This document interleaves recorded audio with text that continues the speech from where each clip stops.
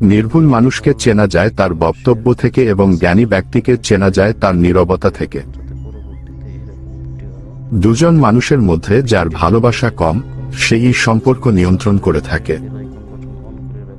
নিজ পরিচয়ে পরিচিত হওয়ার চেষ্টা করুন। কোন এক বড় নেতার পাশে দাঁড়িয়ে ছবি উঠানোর মানে এই নয় যে আপনিও একজন বড় নেতা।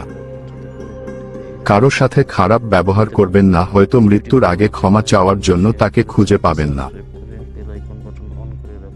মন, মাথা আর মেজাজ সব সময় ঠান্ডা রাখবেন।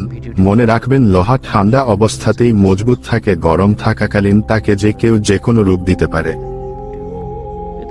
যে কাঁদিয়ে মানিয়ে নেয় সে হলো বাবা, যে কাঁদিয়ে নিজেও কেঁদে ফেলে সে হলো মা। পৃথিবীতে সবার ভালোবাসা ফুরিয়ে গেল ও বাবা মায়ের ভালোবাসা কখনো ফুরায় না। পৃথিবীর সবচেয়ে সুন্দর দৃশ্য হলো কাউকে হাসতে দেখা, আর তার চেয়েও ভালো লাগবে যখন জানবেন আপনার কারণেই কারো মুখে হাসি ফুটেছে। আল্লাহ মসজিদ থেকে মানুষের হৃদয়ে থাকতে বেশি পছন্দ করেন, কারণ মসজিদ মানুষ চালায়, হৃদয়ে চলে আল্লাহর কথায়।